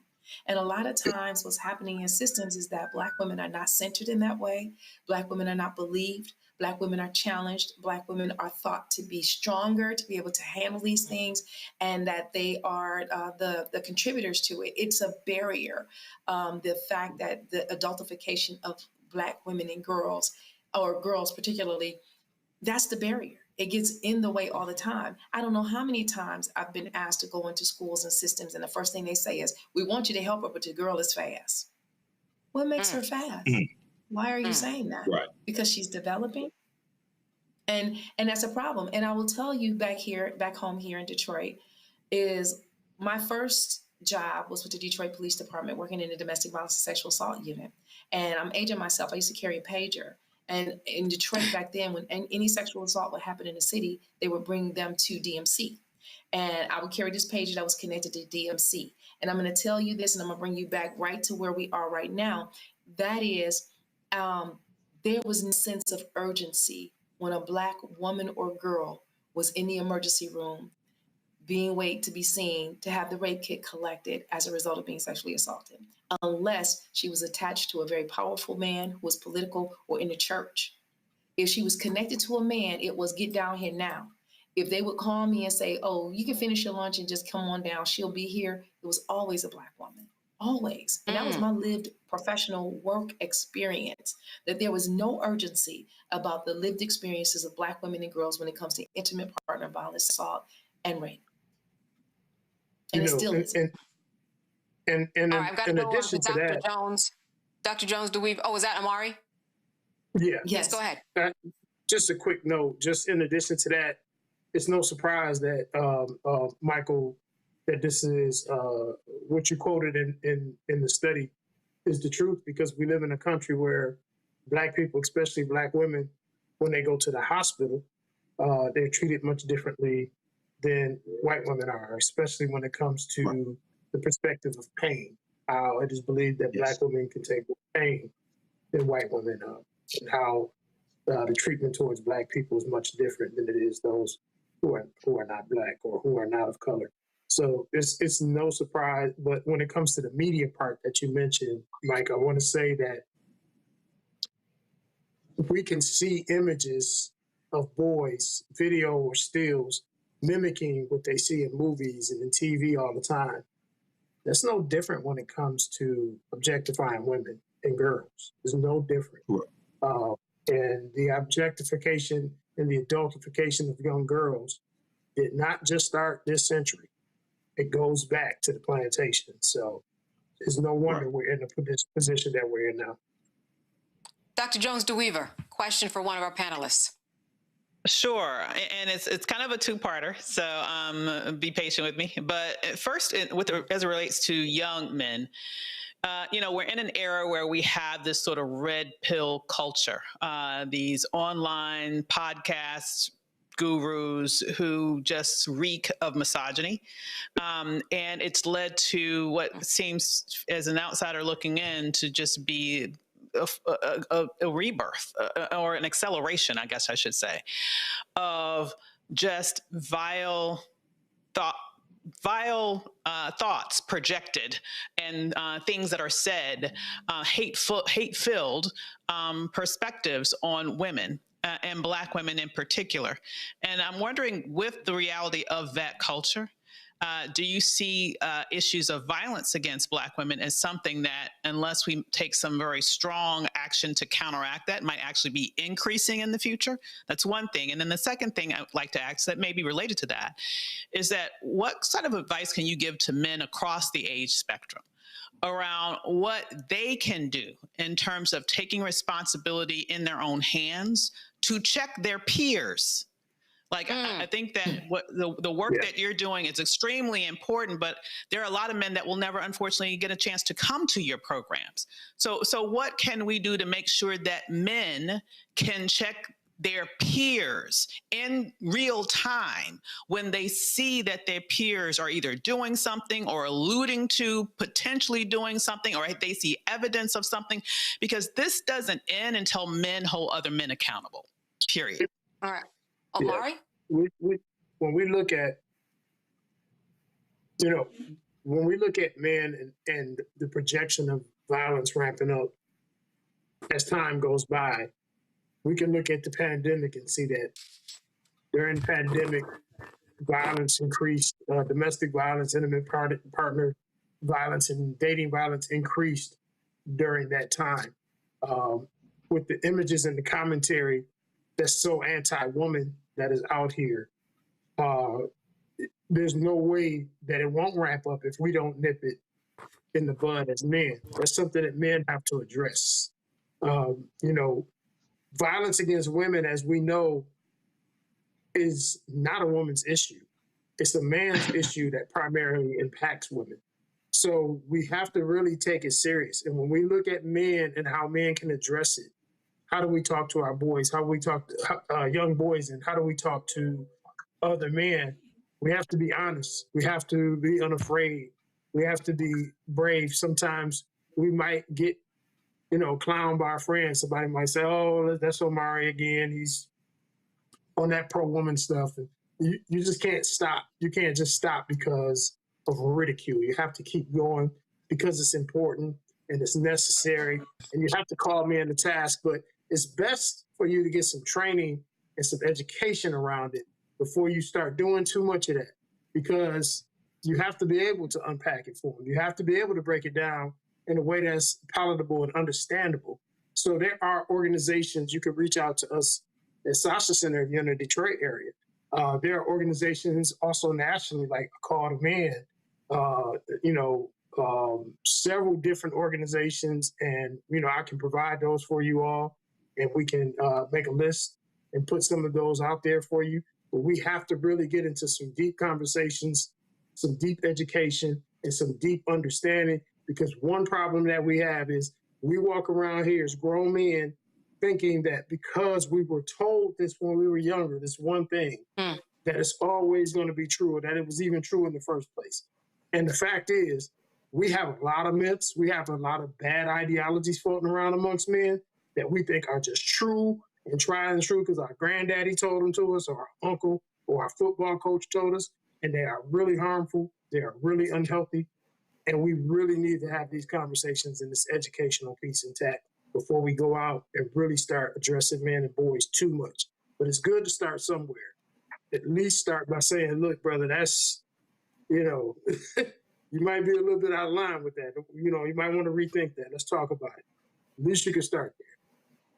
Rebecca. Thank you so much. This question is also for Omari. I've been talking about this topic with a lot of Black men in my life. I've had a family member in 2013 who was brutally murdered by her ex-husband, and their small children were in the home when it happened. And, even understanding 13 years later, the devastation of, all of those who were impacted, So here's my question. I hear people, using the term patriarchy. I understand it. I get it. But if we're talking to young Black men and we're using words like patriarchy, how do we have this conversation using words that could be less white coded in a way for people to really understand the thing that we're talking about in order to bring more people into this conversation? I think that goes back to when I talked about the conversation and getting education. Education is where you understand the nuances, the dynamics of these things, right? So while you might say patriarchy as the overhanging idea or umbrella, you really get to use the more specific language, especially as we do at Sasha Center, the culturally specific language that fits our community, right? So we can, once we unpack this information and we have it, we can convert it into a cultural understanding and basically just talk how we normally talk and use the words that we normally use. But what we're doing now with those words we typically use, we're using them in a way to break down nuances that we don't commonly talk about. So what's most important is understanding the nuances and being able to convey them in a way, that doesn't sound corny to the kids. It doesn't sound like, oh, this old man is just talking to me, some old stuff, but really be able to communicate with them on a very cultural level. And, at Sasha Center, we even do cultural things at the beginning of our sessions. Like we might do libations, we might do meditation, something to ground us. And that's important. We ground ourselves. And then we have these conversations. So, the nuances are what's important. Khalima, I want to end with you as we wrap up this conversation. I wanted to know, because you are in close contact with a lot of young people, older people, everyone across the board. For a young person, what are some best exercises that you have for a parent or a young person so that they understand that they have full autonomy over their body and to begin to recognize that they need to stand up for themselves in any situation? What can you give us as tools to begin at home today? Absolutely. Tools that we can begin at home today. Do not be afraid to have conversations with your young people. Sometimes you have to do call and response, which is very familiar for us. If I say one thing, you know to say the other thing. If I ask you to repeat after me, you repeat after me. Engaging in African principle-centered affirmations that you matter, and that if there's anything that has happened to you, you can share it. If you are concerned or curious about how relationships should look, and if you don't feel good about a particular thing, or if you like and you feel good about a particular thing, being able to create in our household safety for us to talk about relationships. One of the first things I would say to parents is please teach your children the proper names for their body parts so that they can begin to have conversations with you when they feel something, when something's happened, when they're curious about something. Be curious and don't be afraid to get the resources that you need. There are everything that we're talking about related to domestic violence, related to prevention, related to relationship safety and management. A Black person has already written about it. Look at Aisha Shahida Simmons' work, With Love, with Accountability. Look at Dr. Jennifer Gomez's work with Cultural Betrayal. She has written an entire psychological intervention about why it's so difficult for Black men and women to disclose that they've been sexually harmed and or physically harmed and or have experienced some kind of damage because they had to witness intimate partner violence as they were growing up.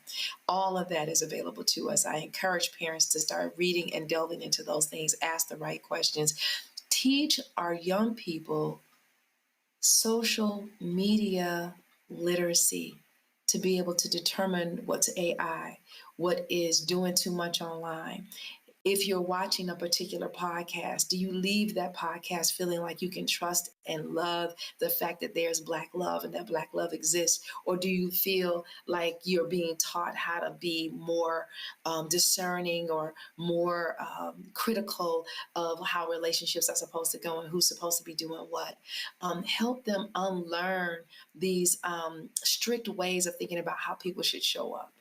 And because I'm telling you, this femicide, this Black femicide that's happening is not just happening because people decide they want to hurt somebody. It's happening because there are some power and control dynamics there that cannot be managed, cannot be dealt with. And we got to hold it with both hands. And so I really think that it is our time when we're dealing with and talking to youth and talking about prevention, is being able to literally give them an open opportunity to share with you what's really happening in their lives. Don't shut them down. Don't make assumptions that they don't know what they're talking about. Listen to them. Learn from what they're learning about on social media about how relationships are supposed to go. Interrupt the stuff that you all know is not right. We know right from wrong. Kalima and Omari, thank you so much for being with us this evening. Thank you for all the work that you are doing at the Sasha Center there in Detroit. Very good to have you and important information. Continue the good work. Thank you again. Thank you so much. We're not done. We got to keep going. All right. All right. All right. We so appreciate their contribution to help end the cycles of domestic violence. Now, on Tuesday, Roland will be joined by Ayanla Van-Zant for a candid conversation about Black women, Black men, and domestic violence. They are even going to take your calls here on the Black Star Network. This is going to be a Black Star Network exclusive presentation. You do not want to miss this show. Make sure that you are with us again on Tuesday. All right, we are going to take a little break right now here on Roland Martin Unfiltered on the Black Star Network, but stay with us because we will be here after the break. With medicine and science under attack, I want to keep you and your family informed and healthy. I'm Dr. Ebony Hilton, and I knew at the age of 8 that I wanted to be a doctor. So I studied hard and became the first African-American female anesthesiologist hired at the Medical University of South Carolina since its opening in 1824. And I always say I was made into a doctor, but I was born to be a mom. And as a new mom, wife, sister, daughter, and friend, I understand how frightening a medical crisis can be. I care for individuals on some of the worst days of their lives, and it's my mission to provide you with a safe space to gain clarity on issues affecting your mind, body, and soul. I recognize that there are health disparities, particularly as it pertains to race, and I want to help bridge the gap between you and your healthcare providers. Join me every Thursday for Second Opinion on the Black Star Network, where each week I'll invite experts from various medical fields to share the latest health news. We'll discuss topics such as the vaccine debate, mental and sexual health, medical bias, infertility, menopause, andropause, nutrition, and aging. Together with my medical colleagues, we aim to provide you with a second opinion. Don't miss it, Thursdays only on the Black Star Network. I'm Brittany Noble, Midwest-born, HBCU educated with experience in newsrooms across the country. Well, I've teamed up with Roland Martin to bring to you The Breakdown. This isn't just news. It's our stories, our voice, our community. Join me for The Breakdown, Monday through Friday at midday, only on the Black Star Network. Hey, everybody, I'm T.D. Jakes, and I want to encourage you to watch Roland Martin Unfiltered. It'll blow your mind.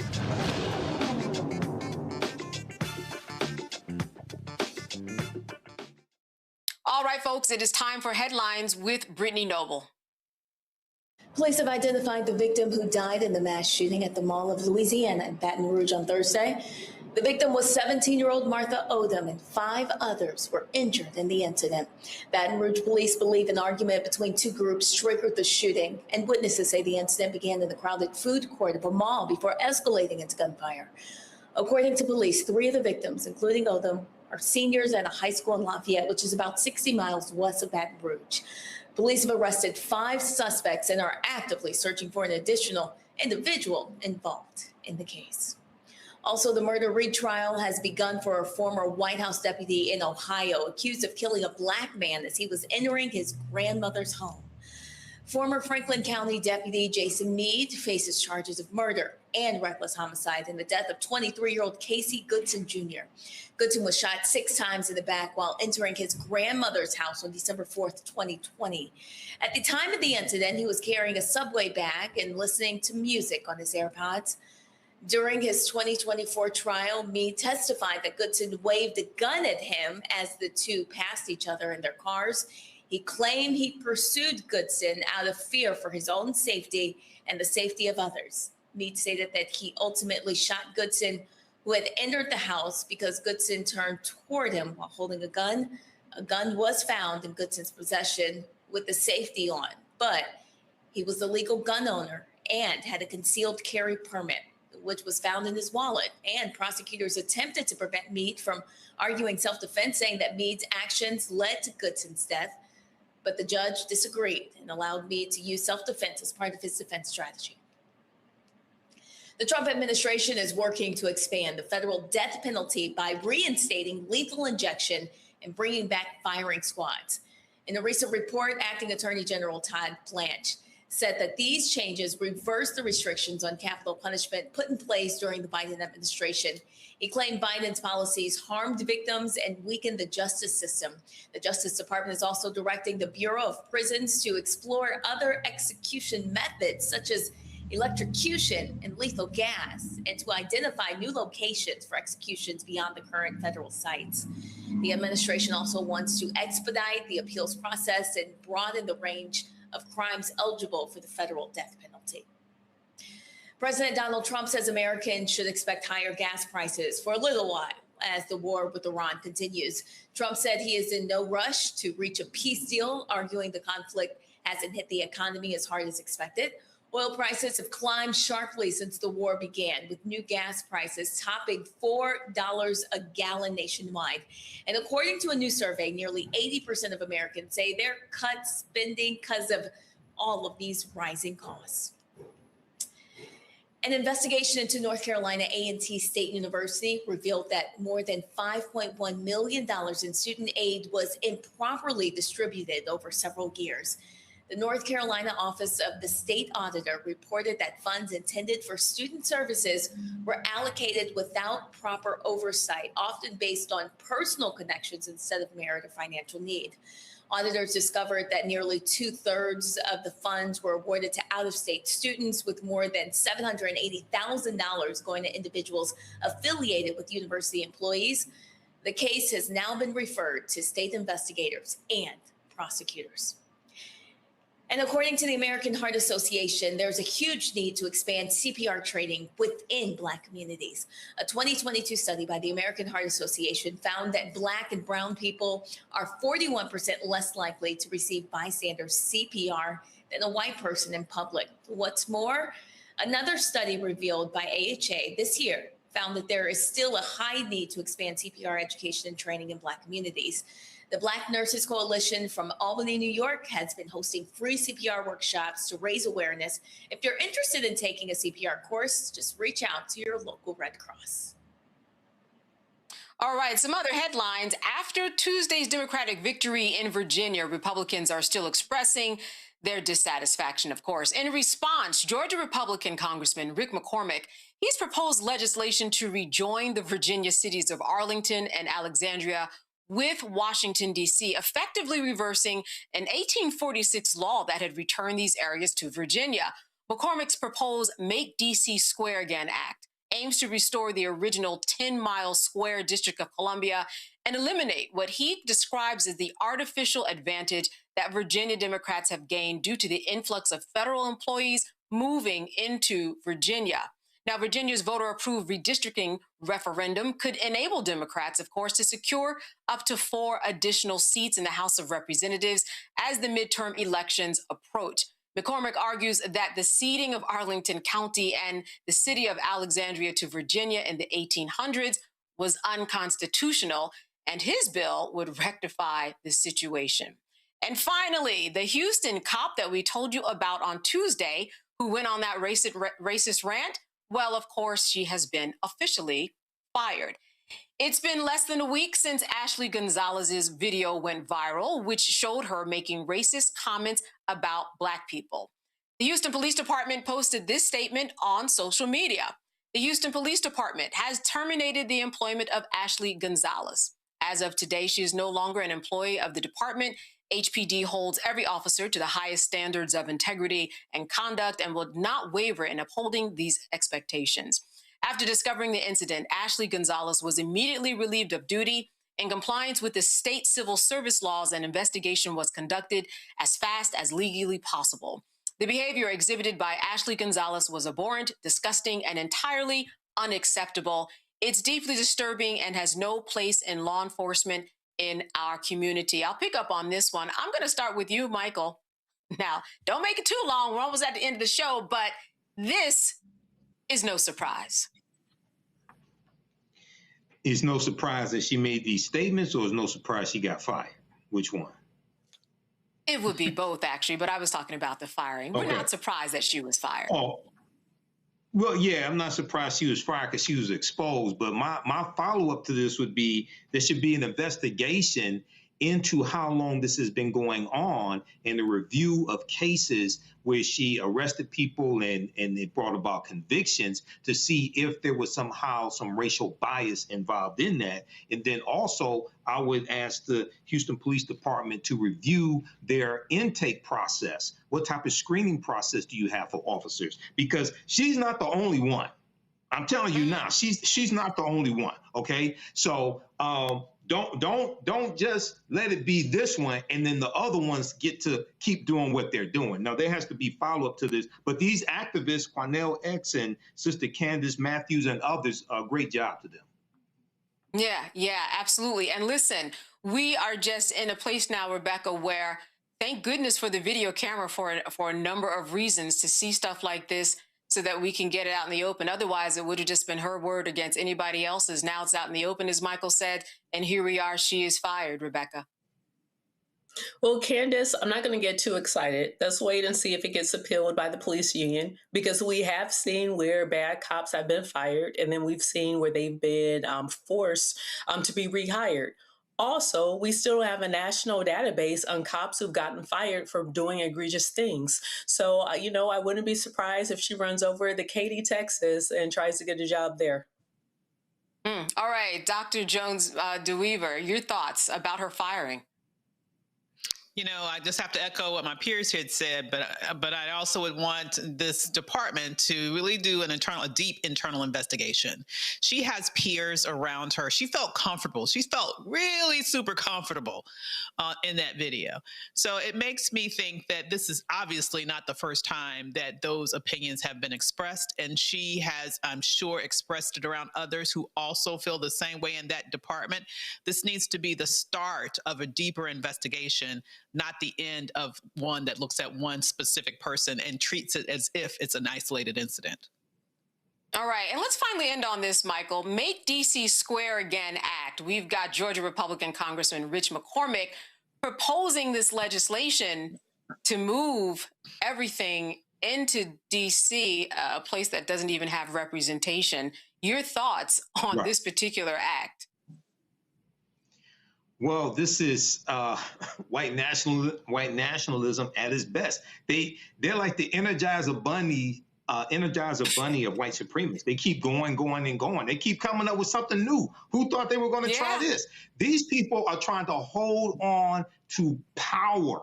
This don't have nothing to do with morality. This is a straight up bloodbath, a straight up street fight when it comes to maintaining power. And to me, it seems like they're trying to arrest power from African Americans because, Washington, D.C. is still predominantly African American, if I remember correctly, and has a history of, remember Marion Barry, things like this, right? African American leadership there. So, and they're going back to 1846, 1847, that law there as well. Mm-hmm. So this is it. We keep seeing evidence of how white people fear our vote more than we value our vote. And this is a straight up fight for political power. Mm-hmm. Dr. Jones DeWeaver, listen, as Michael said, this is a law that goes back to 1846. This is something that the Supreme Court has declined to hear. This has been law for a while, but does that make you comfortable that this act could not possibly be passed? Hell to the no, don't make me comfortable. Good Lord, these folks are doing, it's crazy. But to me, their impetus for this is that they're trying to undermine the political power of the state of Virginia that has turned increasingly blue. The areas that they're talking about are parts of Virginia that have a high concentration of the population, overwhelmingly Democratic. They are definitely going to, in essence, as you mentioned, disenfranchise them because they're looking to put them into the district, which does not have voting power in Congress, which is not a state. And so, in essence, they are disenfranchising them, keeping the tax money, but disenfranchising them, and at the same time, making the state a little bit less blue. If you look at what just happened recently with this referendum, when we saw those numbers come in from Northern Virginia, that's what turned the tide. All right. And so that's exactly what they're looking to do. They're trying to undercut Democratic power in the state of Virginia while also disenfranchising those who live in the Northern Virginia area, who are folks who make a big difference in terms of how the state ultimately swings in close elections. Yeah, this is something somebody would call a sore loser. Listen, Rebecca, when we look at this, the people have already spoken on Tuesday, but just as quickly as they spoke is just as quickly as we're seeing it trying to be taken away. You're going to give us our final thought this evening on this. Let me get it right. Make DC Square Again act. I don't think that congressman from Georgia wants to mess around with state boundaries, because we could do that. We could go there. And if we have a true fight over state boundaries, I think that map is going to look a little different. So he might want to be real careful.